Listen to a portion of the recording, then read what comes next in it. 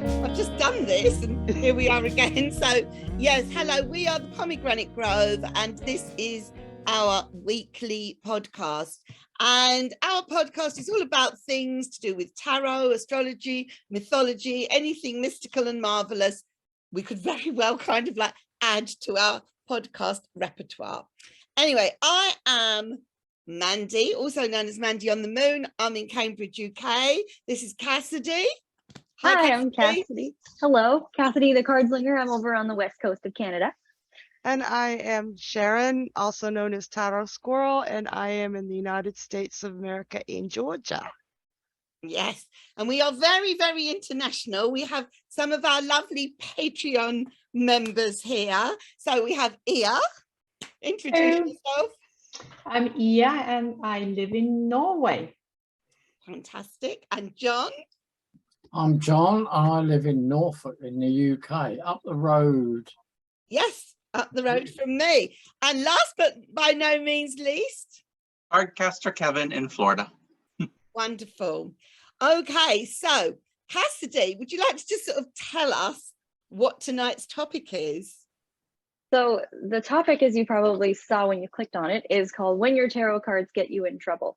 I had this idea. I was recently on a trip, and within a span of about 4 days, they got me in trouble twice.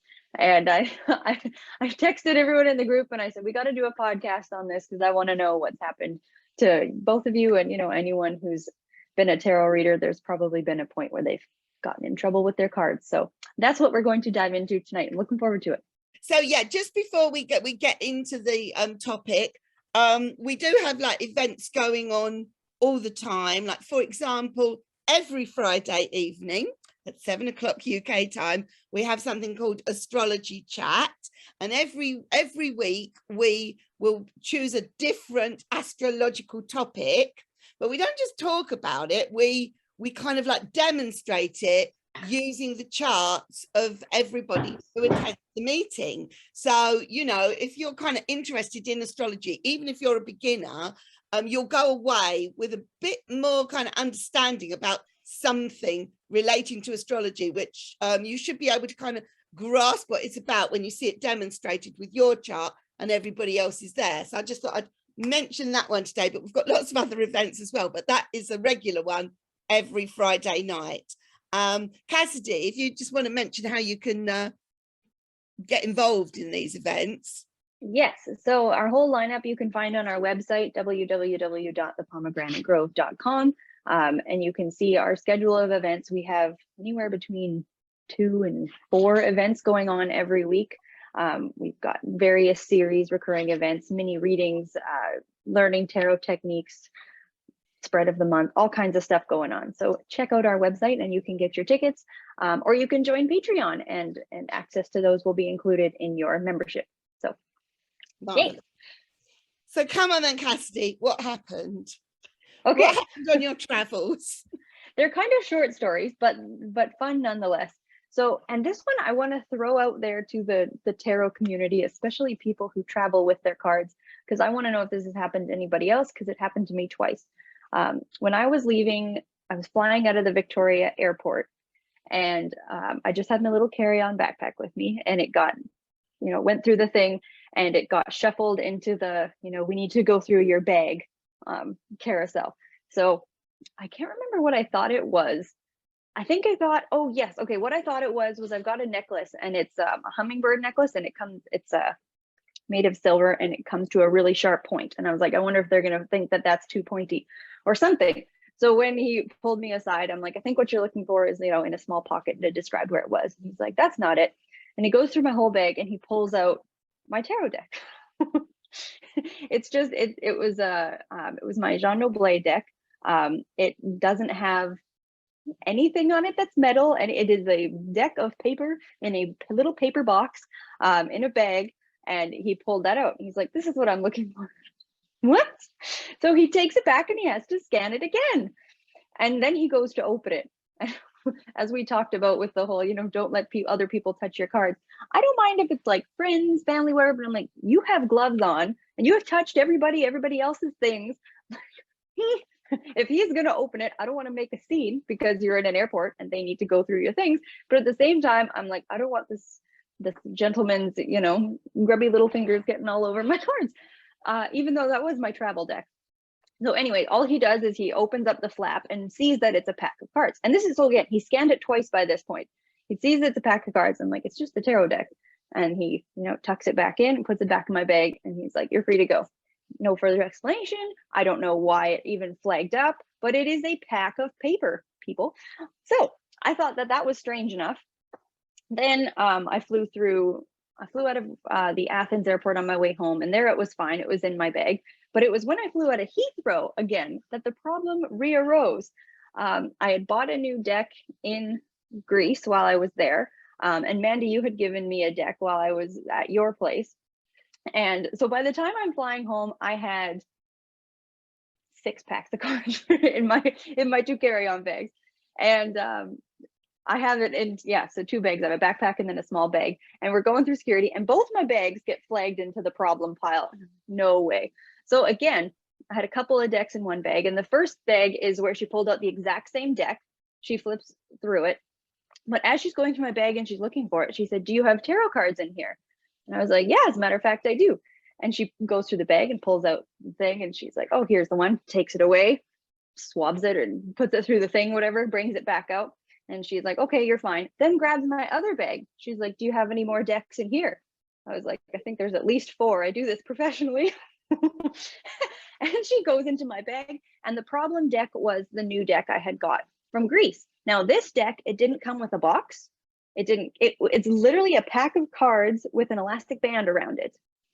That is all it is. It wasn't in a bag. It was just, I had it wrapped in a little satin scarf that I had just to protect it on the way home. And that was the problem pack out of that box. It wasn't any, like my writer's decks were fine. My playing cards, Norman deck, like nothing else flagged up, but it was those 2 particular tarot decks. And I asked her, at this point, because when she said, do you have another deck in here? She came back, I'm like, does this happen? She's like, honestly, it happens all the time. We see this quite often. Anytime I see like a square pack, I always ask if it's cards, because this does happen quite frequently.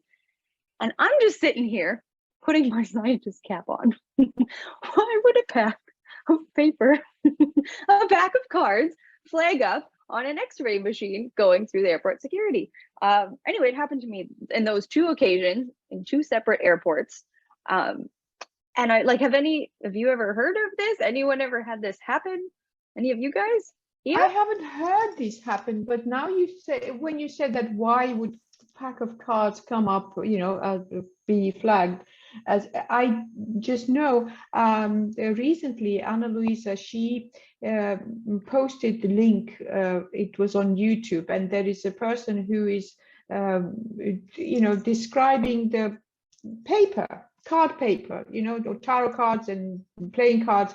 And she had this test thing, and she just, you know, ripped it. And inside of cards, there is a layer, especially with the playing cards, because when you are in a casino and gambling professionally, you mustn't be able to see through it. So there is some layer inside, you know, which is probably in the X-ray, it sort of, it wouldn't show up as a paper. It would show up probably like metal or something. So And then I'm the shape assuming of it would be somewhat akin to plastic explosives. I don't know. right. I don't know that, Yeah. but there is some spine inside which makes it also the, you know, the, what do you call it? Like, so it's got the snap. Flexible. Yeah, there's Yeah. flexibility and this spine thing, you know, it just doesn't just bend, it just snaps back, right? So that thing is something that is probably, I'm assuming, that shows up as not just a paper. Yeah, so that's interesting, because the 2 decks, like the Noble that I got, it's an independently published deck, and they use a lovely cardstock. I don't think that they have like an extra card that I could cut. So if I ever damage that deck or something, and I am able to cut it, but they're especially that other one I got in Greece, it's very papery feel. It's not even laminated. They're quite a thin cardstock. So Anyway, it was It just like, might have been the shape of the card deck itself being, yeah, because yeah. plastic explosives have that small square. And I guess it would be quite dense too, you know, like you have a layer of all the cards if it just shows up. I Yeah, don't I'm know. assuming it just has some kind of quality that it appears like something else than paper. So they just. Yeah. But what I'm surprised about is that they say that these tarot cards they appear all the time. Well, what I would assume that they would learn by now that, oh, these must be tarot cards. Let it pass. You don't have to poke your nose in every single one of them, right? Yeah. They like to poke their nose in everything, put it that way. So if you are listening to this podcast and this has ever happened to you, or you are like a security person and you happen to know why, please write us. I am very curious. I like really want to know. Yeah, you can just use the contact form on our website, because I am still very curious about that. So anyway, that is story number 1 of when my cards got me in trouble. Story number 2, I will buzz through this one quite quickly. Can I just interject? It's Oh, really yeah. important. I know I've said this before, and this has got nothing to do with the podcast, but it has got to do with taking tarot cards on a plane, where I was practicing my tarot cards on a flight, and the steward said, "Are you reading tarot cards?" And I went, "Yes." And he went, "Oh, will you do mine?" Oh, And as soon as he finished the dinner, he took me to the little cabin at the back of the plane, and the whole crew were there. I did readings for all of them. I was gone for ages. And I eventually came back. This was about 2 hours later, and Gretel went, "Where have you been?" She said, I took a walk out on the wing. I'd pop out for a bit, yeah. So who was flying the plane? It's the whole crew were there. No, everybody apart. It was apart from the captain or the pilot. Yeah, but everybody else was there. I did about 6 readings at the back of the plane. It was so funny. Anyway, Cassidy. yeah. So the second one, this rattled me, and it rattled me more because I didn't ask why afterwards. But let's go to what happened. Where was I? I was at Delphi. Okay, I was at the historic site of where the oracle sat. Okay, we are talking about one of these centers of all things divination in the world. So I walked around the whole site. It was absolutely beautiful. And there's people that work there that are sitting everywhere. Like, you are completely being watched. It's not by cameras, it's by literal people in these little booths all over the place. Because, you know, tourists are going to be climbing on stuff and picking at things, and they just, you know, yell at them, and it's fun to watch. But anyway, there's one stone there that's not marked per se, but I had read up on it beforehand that this is where they think or assume, or some people seem to think, that this was the stone upon which the oracle's tripod sat. So basically what happened is she sat on this little tripod thing with a seat on it, and there was apparently like vents from the earth that released some sort of gas that gave her the hallucinations and the visions to make her prophecies. It's my very limited understanding of what happened. This particular stone was a massive square. It had a hole that went right through it, and then it had 3 kind of equally spaced in a triangle that were like kind of drilled in points. So that's why some people think that this is maybe where her tripod was. Anyway, talk about a magical stone, whatever way you slice it. So I sat by the stone for quite a bit of time, and I happened to have a deck with me, because who goes anywhere without cards? And I wanted to lay some cards. With a stone, like when I say stone, it was a massive slab, I don't know, 4 feet wide, 3 feet tall kind of thing. It was quite big, 2 feet deep or so. And they had it kind of propped up on a cement wall. And I wanted to lay cards in front of it on there, and I'm shuffling my cards. And I did end up getting some cards down and doing a quick reading for myself. But this woman comes over to me and she goes, "You can't do that here. You have to put those away right now."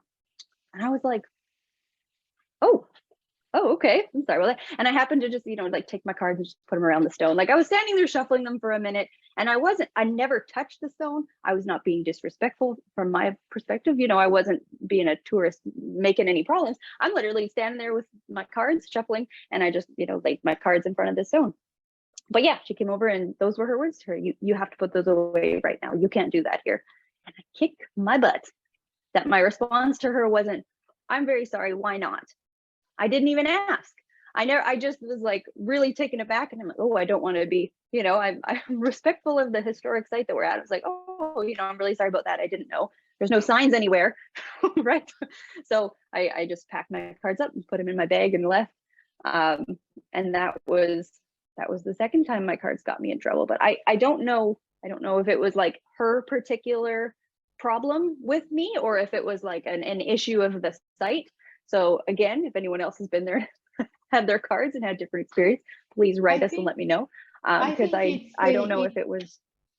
It's the Yeah. it's the small how to say it, was that woman working there, or was she just a visitor? Yes. No, she was working there. Yeah. She came out of her little booth. She didn't yell at me from afar like she was yelling at the other tourists doing things, but she made a point of coming over to me and saying to me that I couldn't have my cards out. She just, the small, what do you call it? When you don't have, you're not really powerful person, but that tiny little power you have, you just have to exercise it. Right? It's that's psychological thing, because she could. Exactly. If you had asked why exactly, could you please explain, this is paper and I'm not really damaging it, and she would make something up, no, it's something that wouldn't make sense. So it's that kind of thing. So you should expect. I had the experience like that in a church in Georgia. Most likely would have been. There's a policy. Yes, in Georgia, I had, Georgia as in Georgia, former Soviet Union, and there is Orthodox Christianity there, right? So Orthodox churches and everything. And I went to the church because when there was nobody around, just to meditate. And I bought 3 candles, and the candles in Orthodox churches, they're very thin, and they're made of beeswax, and they burn very easily. So thin ones, and I'm holding them like this. They were lit, and I'm just standing there, just trying to focus and meditate, just relax my mind. I'm just standing there, and this woman comes up. She wasn't working there. She was just a person there who probably goes there every day, just making a point that I call them church worshippers. And so she comes up to me and she told me, you can't hold these 3 candles together. And I said, why not? She said, oh, yeah, you must separate. It's Father, Son, and Holy Ghost. And I said, well, aren't they the same? One? Yeah. Aren't they all one? And so she shut up and she left me alone. She had to walk away because, really, you're not making sense. So, yeah. Wow. That makes sense. Yeah. I don't know. I know better because I come here every day, that sort of thing. Yeah. For sure. So now I am armed. If this ever happens again, I will ask why. If anyone ever doesn't want me, with cards anywhere. But those are my 2 little times they kind of got me in trouble recently. How about you guys? Do you have, Sharon, you had mentioned that you had a story to tell. I do, but I'd like to see if anyone else has a story first, because I don't want to hog it all up. Well, I told you the story that the candles got me in trouble in a church, but not tarot cards. No. Okay, sorry. Mandy, how about you? I wouldn't say that anything has got me in trouble because I had the power, but when I was on the market, I did have a few people that kind of came in over the 2.5 years that I was there, that kind of walked, brazenly into my market booth and said, you should stop doing this. This should not be allowed. You should not be doing this. Very sort of judgmental. But I wouldn't exactly say my cards got me in trouble, but I don't think they would have come in and said that if I'd have been selling T-shirts. Do you know what I mean? Because the nature of what I was doing sort of obviously kind of offended them, but I just politely told them to leave. Yeah. Yeah. No, I think I've so far managed to escape getting into that sort of trouble with it. I've not had any real kind of incidents. Now, I Right. know in the past on podcast, I've mentioned that I'd gotten in a lot of trouble, and I said I might tell y'all. I've told Mandy and Cassidy, of course, but this is hard for me to talk about. It was like real trouble, and I'm still hurt by it. Um, I was in the Marine Corps. I was stationed in Japan, and I had a roommate that I never saw. She was working shift work, which she just had different days and different times where she went to work, and I worked days in an office. So we hardly ever saw each other, and it was high by relationship, really. And right before she was leaving Japan, she asked me to do a reading for her. Everybody knew I read tarot cards, and I did a lot of readings. And I guess this was in 1988, so I'd been reading for about 3 or 4 years. Time is a pain in the ass to me. And we sat down, and it was a general reading. She just tell me anything type of thing. And when I did the reading, I realized that she was having an affair with a married man. And I didn't think nothing of it. I mean, I didn't say like I thought anything of it. It's not my business. But I was reading for her. I told her that he would be stationed in North Carolina. She was going to be stationed in Hawaii. And when he went back to North Carolina, he was going to reunite with his family, and he was going to stay with his wife. And I told my roommate that when this would happen, she would go kind of batshit crazy because she was in love with this boy. First of all, nobody was supposed to know that she was with this boy in that way. Like, or man, I guess he was. He was a Marine. Like, she was really upset that I could tell from the cards that she was with them. People don't like it when you know their secrets.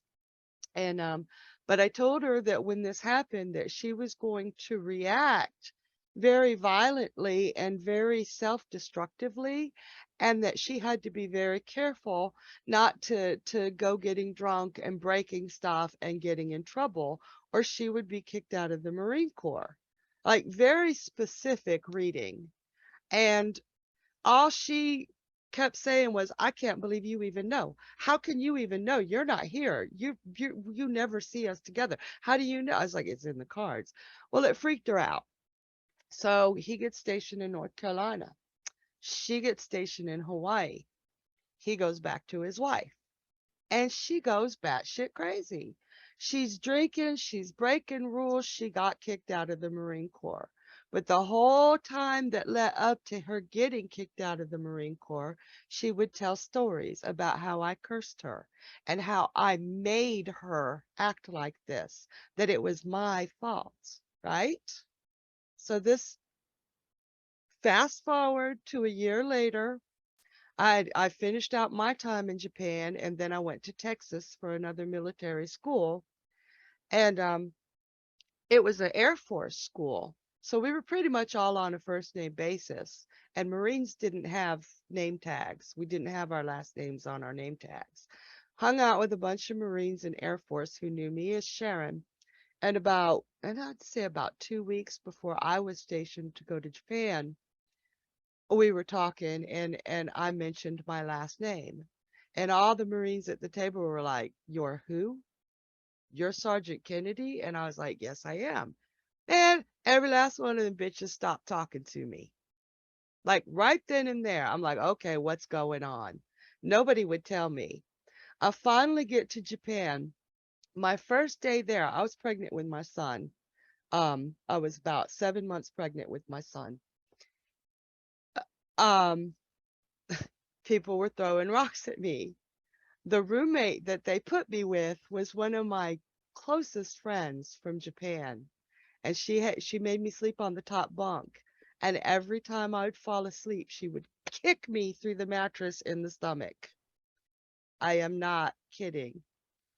It got so bad. Well, let me rewind. I was there for 3 days, and there was a fucking trial. My CO, my XO, my SSO, my securities officer, because I had a high security clearance, everybody. When is the last time you cast a spell? That was the first question they asked me. Is it true you cursed this Marine? I'm not going to say her name. And really put me through the ringer until I just got pissed off and said, y'all are stupid. Y'all are stupid. I read tarot cards. I'm not a damn witch. And they dropped the charges. They dropped the charges. But I still had to contend. I was in a very small MOS. So I had to be with all these people who had told stories. My roommate told her story, and all these people, oh, yeah, she did this to me. Oh, yeah, she did this to me. They lied. But they couldn't stand up. Not one of them could stand up and say, I lied. I had to be moved. My life was in danger. I had to be moved from my barracks. There were 7 grunts that said, we'll take her. And damn, they took good care of me. I would have died without them. Not just from the Marines that were, you know, calling me a witch and believing their lies, but my soul would have died without these 7 people that said, we don't care what people say about her, we'll take her. I went to a party, met people I didn't even ever know. These were grunts. And one of them, a freaking staff sergeant, my superior, saying, oh yeah, that Sergeant Kennedy bitch, she shook her keys at me. I had a wicked ass keychain that somebody stole, because that's obviously how I'd put a spell on you.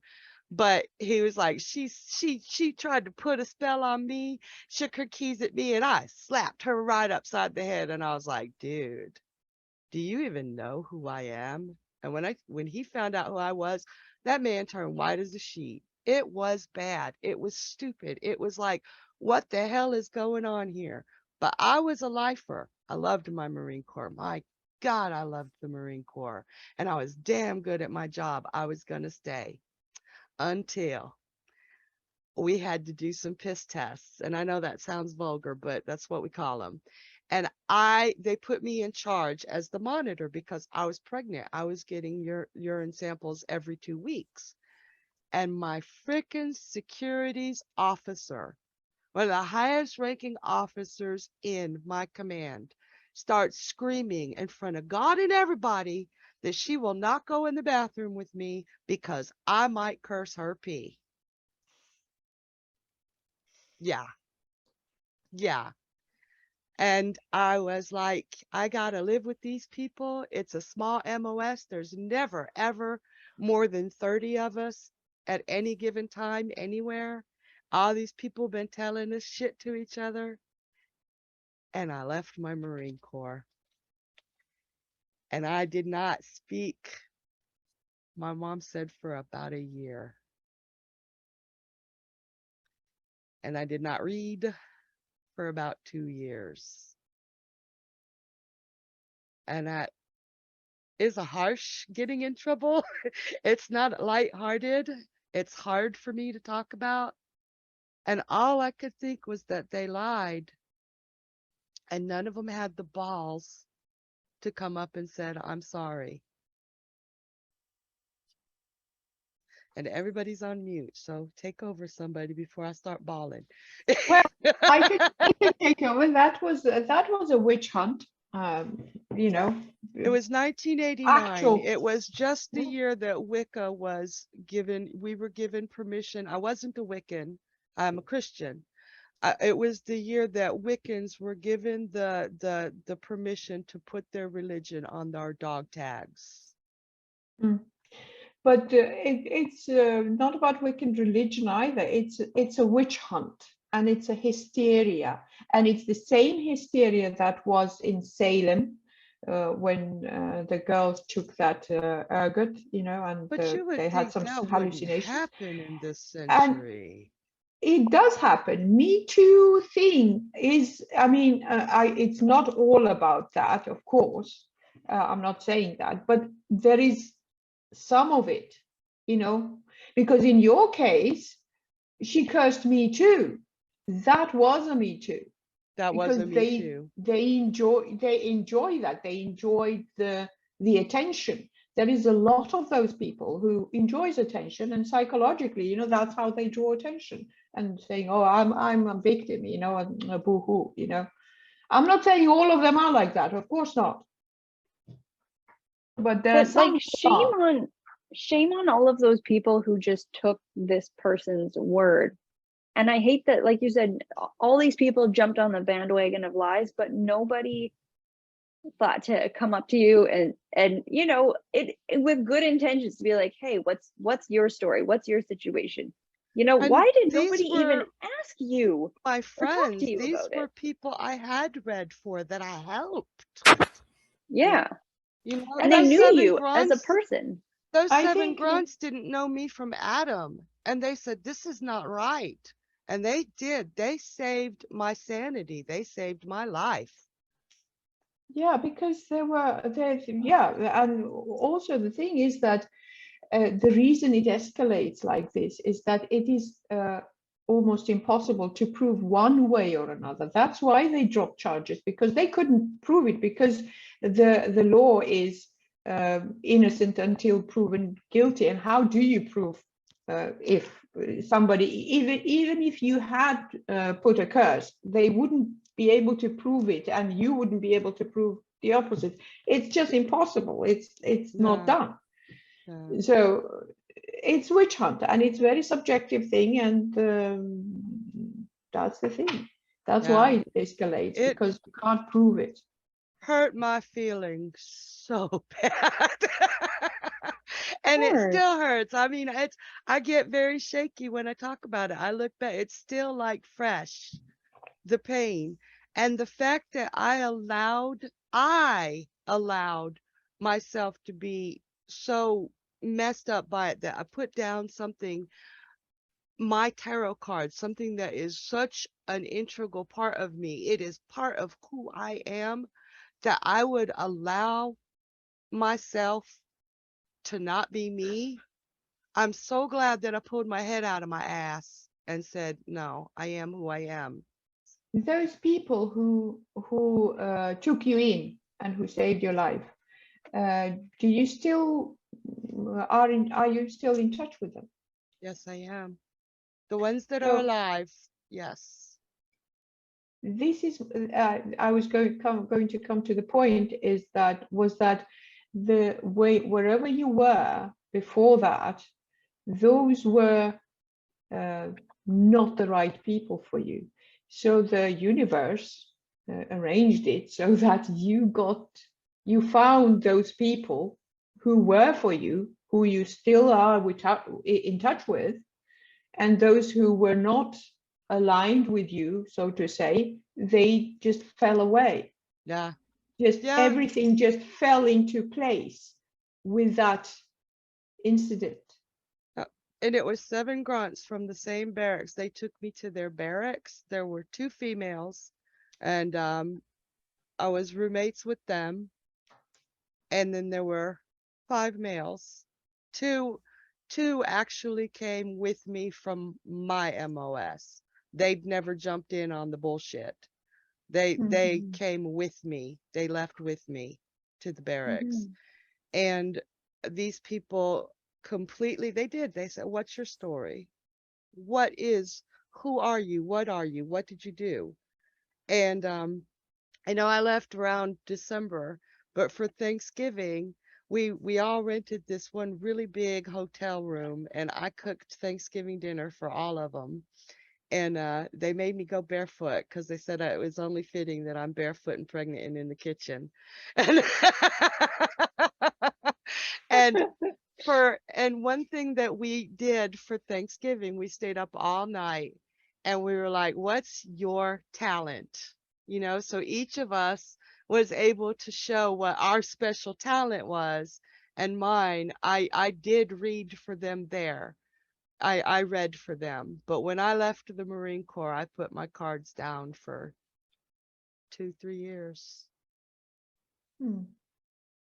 But in a Yeah. way, it was a blessing in disguise, because I don't know, would you have met those people otherwise? No, no, no. They were definitely a blessing. Like I said, and they came out of nowhere. They volunteered. They said, we will take this woman. She is in danger. And I Hmm. love that you even shared a moment of being able to read with them. Like that just makes the story all the more cool, you know? They were amazing. They were amazing. They just, Wow. They were the most amazing people. I can just, I loved them. Yeah. Do you think tarot was more misunderstood then than it is now, or is it just as much now, would you say? I think more because there wasn't as much accessible to it. I mean, there were very few books, very few decks that you could get. It wasn't something that they had in, I don't even know if there were Barnes and Nobles back then. Walden Greens, Walden Books, whatever the heck it was called. And there really wasn't, I don't think there was even an internet back then. Mm. So there was limited knowledge. I think the more knowledge that we have on something, the more we understand each other. And this goes for tarot readers, this goes for race, religion, anything. If we can communicate and ask each other questions and understand each other, there's a much better chance of getting along and truly becoming one. Mm-hmm. So 100%. yeah, definitely. It's like I think the whole Wiccans were allowed to put their religion on their dog tags, and me doing that tarot reading that scared the shit out of her when everything happened. I think it was a spark, two elements that came together to cause an explosion, Yeah. you know. And by the Yeah, time yeah. I got there, it was too late for anybody to take it back. Right. It is interesting though, because I know, like when we were doing the mini readings, like last night, and there was the question came up about doing the market, and it was like, I remember when I applied for Cambridge Market, I thought no matter how wonderful my application may be, they are either cool about something like tarot, or they're going to have a kind of a misunderstanding about it, and regardless of how good my application might be, they might just see the word tarot and it's like, oh no, don't think so, not in Cambridge, there'll be too many people that disapprove. But surprisingly, there was no resistance whatsoever, and you know, that was quite reflective really, because considering that I was there for 2.5 years, there were probably about 3 incidents in that whole time of somebody complaining because of it. Now in Immaculate, Wow. everybody's just like cool. But I Yeah, think back in the 80s when I think what it was I didn't know any better not to tell them that I knew their secrets. I didn't know any better, especially in the 80s, to tell somebody, oh, you're gay, you know, because I see it in the cards. I was young, I was yeah, stupid, and I didn't know, you know, it wasn't like I was going to go telling anybody else. But in the 80s, especially, you know, any difference from what everybody preferred as the norm was supposed to be secret. And I would be reading and I'd be like, oh, you're having an affair with him. Or, oh, you're gay. That's cool. Just be yourself. And it scared people. She knows my secrets. Who's she gonna tell? mm. You know what I I mean? think that is the reason people, you know, people don't tell you the question. And sometimes, well, sometimes they don't know it, but sometimes they're sort of reserved. And no, I'd rather not tell you what it is. You know, you just do it generally. You know, and so that they're not precise. So that there's always this plausible deniability about it. You know, and The even if you are, problem, they would say, no, that's not correct. the problem is when it's general like that, you're gonna find those secrets. And when you Yeah, find those secrets, even today, I mean, if I find a secret about someone, I'm not just gonna blurt it out. I've grown up a minute or two. But if it's just a general reading, you're gonna see stuff that you got no business seeing, or they're not comfortable with you seeing. Mhm. Yeah. And I still do general readings occasionally. That's what Mhm. somebody wants. That's what I'm going to do. But I always warn them. Kevin, how about you? Your cards got you in trouble yet? No, but I'm in a lot of situations that probably could, because I do it at schools and stuff like that. And so the things I've dealt with, number one, at my school, I've always been like, kids come to me for readings all the time, and it's like, it's very open and very comfortable. I'm not a full-time teacher. However, in America, they've seemed to change things. So apparently spirituality is okay in schools. We'll see what kind they like. But yeah. so yeah. So I feel less scared because whatever. But like there is that issue of school, because one of the events I did, they couldn't call it tarot, they had to call it fortune telling. Because the administrator thought tarot was spiritual, which it is kind of spiritual, but it's also very mundane life things. But they didn't want that kind of thing in there, so it was just fortune telling. But then at the middle school I work at, they're fundamental middle school, so they're kind of just a wonderful group of weirdos, and so they just let me do it, and they called it tarot. They had a fortune telling booth, but I was next to it, and they just let me do tarot, and they'll do it again this year. Hopefully I'll get to do it again this year. But I'm starting to learn. I won't say tarot, I'll probably say fortune telling for the schools. But I think there's a little thing of like, some schools would probably like me to come do things, but others are like, because of the way it is. But for me, I haven't gotten any trouble with anybody telling them things they didn't want to know. I have one student who's always like, he comes in my table, my reading table's right here by the piano. And so he's taking his piano lessons. He's like, oh, scary, because he's afraid it's going to tell him something, or that he doesn't want to know, or something that I would find out that he doesn't want people to know. And I just simply told him, I said, as long as you ask a question, you'll only get the answer for that question. I said, but if you don't, I just tell them, I'm like, if you want a general, then I might find something you don't want me to know. So I'm like, kind of like what you were saying, Sharon, is people they want the general, but then they get more of what they don't want from that than if they were to ask something specific. Yeah. Which is funny, because like when we were at the strawberry fair and I was standing in front, these a couple of young girls walked by, and one of the things they said, they looked and they're like, I would go if they only told you good things, but they're going to tell you bad things too, so I'm not going to go. Like, you want me to lie to you? Like, so when you just said that too, when he's saying, like, I don't want to, hear bad things or stuff like that, it's like, well, I don't know. Are you just looking for lies or some blissful ignorance? I don't know, whatever. But That's the new age. Think Yeah. positive thoughts. One thing that I've had happen that's kind of interesting is I had a student ask about 3 different colleges. So I did a this or that kind of thing, this or that for the 3 colleges. It was really good. And none of them were, you're going to get into them. It was, which one are you most likely to get into? Which one would you be most happy at socially? Which one would you be more successful at educationally? And so then the kid came back to me later. She's like, you were wrong. I didn't get into any of them. I'm like, I didn't ask if you were going to fail. I just asked which ones would be best for you. But so I kind of got myself in trouble with that student. She's like, you didn't do right. I'm like, I did exactly what I asked, what you asked. I just didn't tell you which was going to really happen. But anyway, but it was mostly like, but that's the only time I've ever gotten like a kid got mad at me because I didn't tell them the right thing.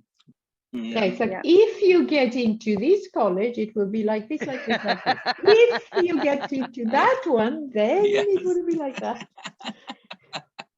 Yes. Keeping in mind that you will get there. I mean, I don't want to sort of like bring this one up again because I know I've mentioned it in other podcasts, but I did have a reading that went horribly wrong, and the client came back to me, and I did not blame me at all about what had happened, but would definitely there was like a lot of discussion about how a certain card was so misinterpreted, and the client also kind of knew the tarot enough to have kind of agreed that it looked like a very positive situation. So I read this card in a very positive way. The client saw it as very positive as well, and even sent their business partner up to meet this person that had kind of offered them a deal, and felt that this person could really be trusted, and entered into this deal, and it was a big con. It was all, it was awful, but that could have been nasty for me, actually, to be fair. Yes. I mean, I definitely, it wasn't that, I mean, I can't imagine another tarot reader reading that card in any other way, to be quite honest. I don't know if I would have. I mean, I've seen pieces of the spread, and it was very, very like, yeah, this person can be trusted. It was specific to that person. I know. I know that you said that there were some other factors in other cards that Yeah, there were were. questionable, Yes. but because that was specific to him, Yeah. yeah, Yeah. I I don't mean, know. but the client never did blame me, but I still felt terrible about it, you know. And I think that would have been enough, or could have been enough, to have sort of thought, I'm not doing any more tarot readings. Like, Yep. I dodged a bullet on that one, because that cost him a huge amount of money trusting this person, you know. But he did say that it wasn't as though the deciding factor was the tarot reading. No, It it was was also the the fact that that his business meeting. partner went up there. I mean, but somebody else, people will make decisions based on what you tell them in a tarot reading. They just will. I mean, I'm not saying I don't recommend that. I mean, I think a tarot reading is a good thing to give an indication on making a decision. But still do your own research, still Yeah. follow your own intuition. Remember, at the end of the day, every tarot reader, every astrologer, we're all just human beings. But I mean, I could have sort of thought, I'm not doing any more tarot readings. This could, if I make another mistake like that one, the next time it could really get me in trouble. You know, I don't want to sort of tempt fate here. But that to me was far and away my worst ever tarot experience. Him coming back saying, we all thought based on that tarot card that this person could be trusted. Well, they couldn't, in a Wow. very massive way. Yeah. But I'm proud of you for continuing to read and going back and looking at that spread and learning from it. Yeah, there were more clues in the spread, but not in that card itself. And in that, yeah, it was awful. It was awful. You do have to be careful how you give the messages, because we don't, you know, we don't necessarily record all our readings, do we? Or even write down all exactly the questions that we asked. And when you're doing a lot of readings, you forget exactly. Maybe it's a good idea to have that kind of journal, especially when you read professionally, because I don't read professionally, so I don't have horror stories. Right? Yeah. But I would think I do have, you know, when I do reading for myself, what I do is that I take a picture of it. I write down, I put the question on it and put it into the folder of tarot readings. And every time I look at it, I remember, you know, because I have a very good visual memory. So when I read the question, I remember what it was about when I look at the cards, so I don't have to record the actual reading.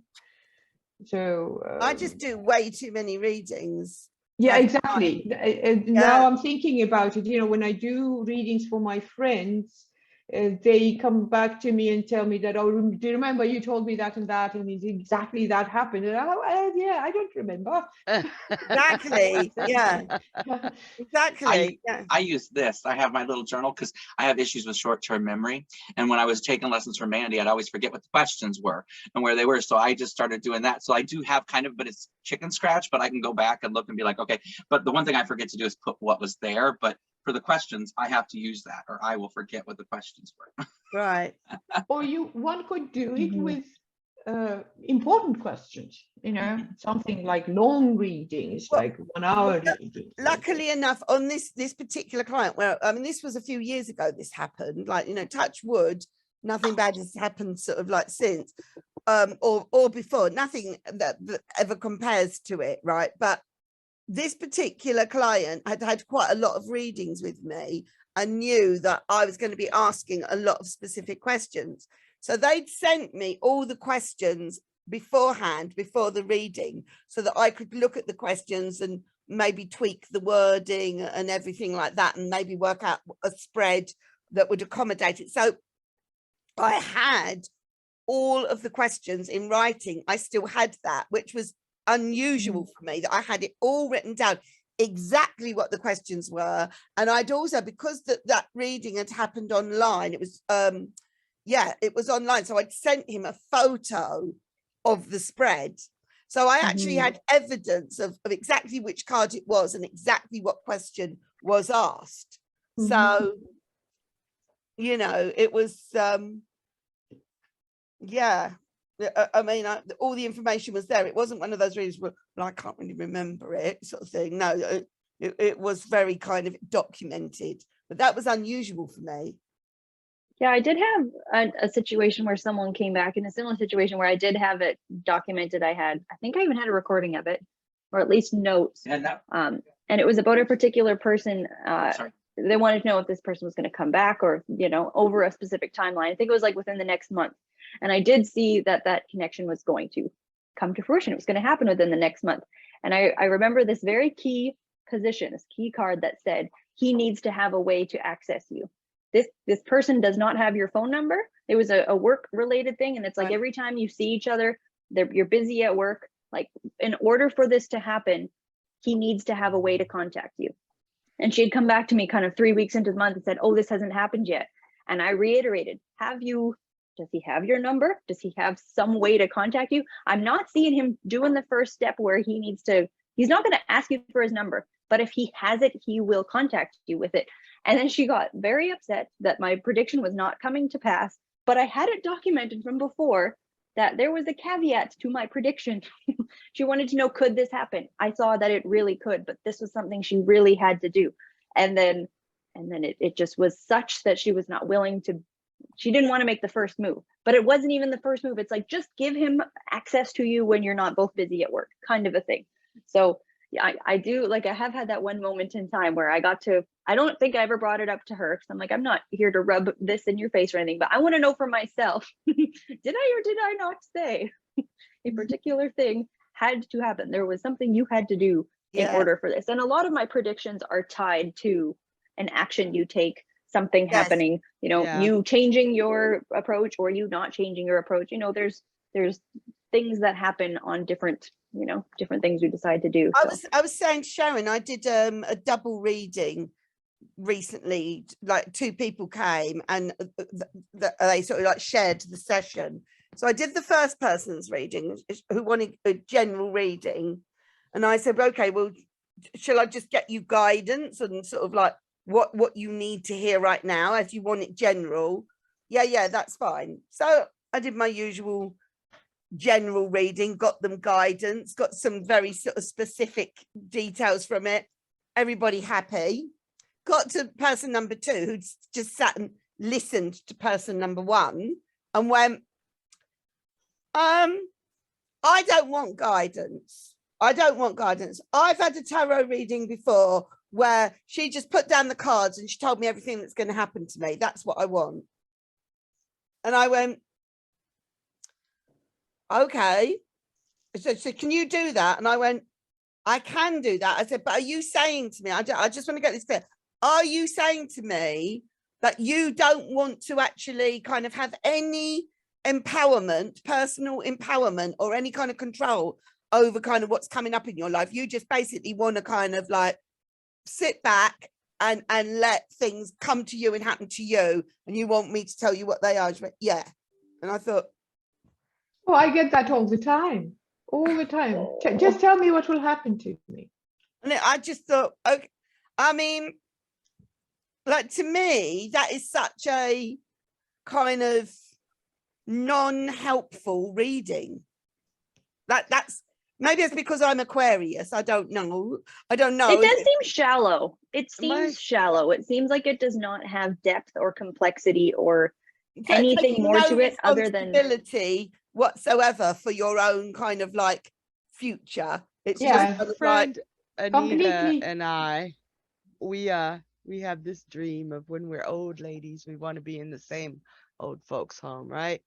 And we're gonna buy 78 decks of the same, like some cheap tarot, and take all the death cards out and make a whole death card tarot deck and chase down the other residents with our, do you want a reading? So when somebody comes and says, oh, just tell me what happens, gonna happen to me, that's the deck I'd pull out, because dude, everybody dies. right? The only thing we know for sure, folks. Yeah, so, Yes, this is very vitalistic. It's like saying, I'm sheep, and just tell me what will going to happen. What is going to happen to me, there's an and amazing amount of sheep out there. yes, and when will the shepherd come and just kill me and do Let's something, or cut my hair or whatever?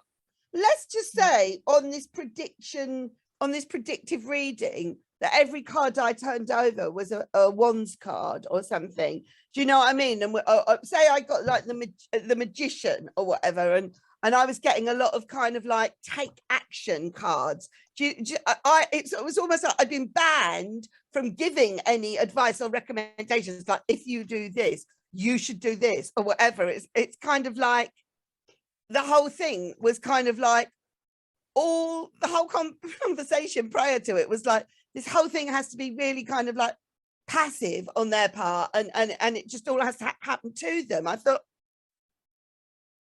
I did the reading, but I thought I've really not kind of that's just not my style. I thought she has actually pointed something out to me that I have got a bit of a certain style, I think, and that just wasn't going to work for her, which is like fair enough, because she sat and watched her friends reading.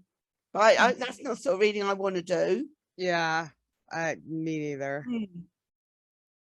No, it's too like, I've vending got to machine say, fortune telling. it did jolt something in me though, because if I do a reading, and let's say I get a lot of maybe feminine cards or cups, or it does feel as though, don't do anything, just wait and it will come to you. Like, sometimes there are cards that actually do really say that. And I say that, I have to say them because I'm the reader and that's the message. If that's what I'm getting, that's what I have to say. But I hate saying to people, don't do anything, it's going to come to you. I don't like saying that. That's truth. I Yeah. didn't I have to say that to you yesterday? What's that? Didn't I have to say that to you yesterday? About not Yeah, doing you don't anything. have to do anything. Yeah. Friday comes around. Yes, you did say that. You did say that. No, I often do have to say that in readings, but I'm much more comfortable when I'm saying, do this, do that, try this, try that, like there's a possible, oh, Cassidy's got to go. I definitely prefer to give empowering readings. Yeah. But I mean, we have to read what we get. So I can't believe this. We were like, oh, this is going to be such a short podcast. And yeah. One of the longer ones. yeah, it is. John. Yes. What do you think? I mean, do you think that the tarot could get someone into trouble, by the nature of being a tarot reader? Well, yeah, I guess if somebody hears something they don't want to hear, how can you give a reading though? If you're not revealing everything you see, what you feel you see, what you tell them. Yeah. You're being true to yourself, are you? That's right. And that right there, maybe you should warn them and say, look, I can't guarantee you'll like everything. We sort of do. Good. We kind of, yeah. I mean, I'm comfortable because we have the sort of certain boundaries in place. And I am so relieved that those boundaries are there, to be honest. Like, we won't read on health or legal situations. Thank you all for coming to the podcast. Any final words, Sharon? yes, if you do find yourself getting into trouble, whether it's big trouble or little trouble, assess the situation, especially if it's from a reading. Look back on that reading or what you can remember of it to see where you veered from what you were trying to say or what you should have said. Sometimes it's not there. Sometimes our imagination takes over. Don't put your cards down. Learn from your mistakes. Mistakes only make us better. Mhm. Okay? Yeah. All right. Well, thank you very much. Just final word, Kevin. Yes, I'm here. Hello. What? Final word. What should I say? Goodbye. Oh, goodbye, everybody. Goodbye. Have a good one. Bye. Final Don't word, forget John. to Any like- final word? Final No. word. Goodbye. Bye-bye. And yeah, like, subscribe, all of that. Join our mailing list. I can't even say it now. thepomegranate.grove.com. See you next week. Bye. Bye. Thank you for engaging with us. Please like, subscribe and share. To book a personal, in-depth reading and to learn more about our incredible courses in tarot and astrology, please visit our website www.thepomegranate.grove.com.